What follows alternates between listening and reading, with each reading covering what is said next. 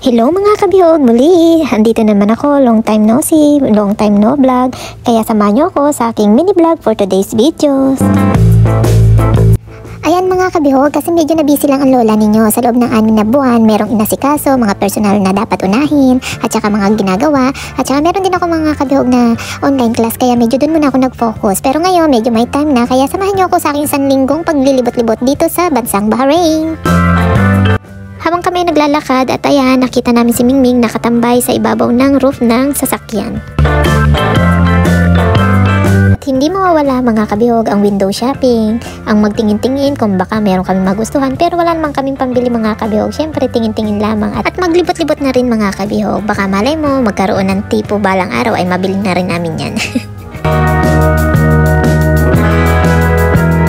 Mga kabihog, kinabukasan ay aming rest day. Ayan, outfit check muna tayo mga kabihog. Ito ngayong oras na to ay nagpaplano akong pumunta sa simbahan, kaya let's go, magsimba muna tayo at magbawas muna ng mga kasalanan. Syempre mga kabihog, isang beses lang naman natin to ginagawa sa isang linggo, kaya dapat huwag kalimutan. After that mga kabihog, kami ay pumunta doon sa Nesto o sa isang pamilihan dito ng mall. At ito, nadaanan namin itong isang restaurant, may nakalagay na jungle. Ang ganda niyan dyan mga kabihog, masarap din ang mga pagkain dyan. At syempre mga kabihog, kinabukasan, back to normal, go to work again. At ayan mga kabihog, kami ay papunta na sa bus stop dito sa may Hudaybiyah. Dito yan sa Bahrain ha mga kabihog. Habang hinihintay namin yung isang bus na aming sasakyan, sobrang init talaga mga kabihog dito. 6 to 7 o'clock pa lang, parang alas 3 na sa atin. Kinabukasan mga kabihog, solo na lang ako naglalakad. Wala na akong kadyaming, wala na akong kabanding. Kasi yung aking kasama sa trabaho, meron na siyang transport na sarili. Kaya ayan, mag-isa na lang ako naglalakad papunta sa aming trabaho. Pero una akong umalis sa bahay mga kabihog, mga alas 6, alas 7 pa lang. Umalis na ako ng bahay.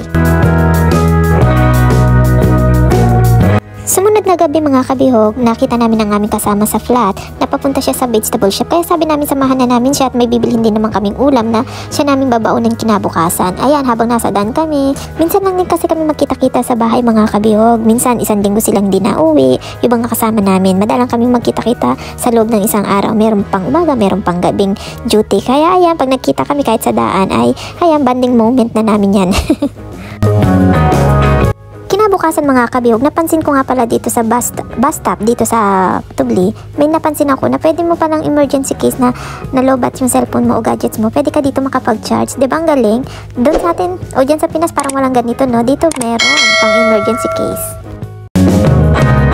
Hanggang dito na lang mga kabihog. Muli, salamat. Thanks for watching.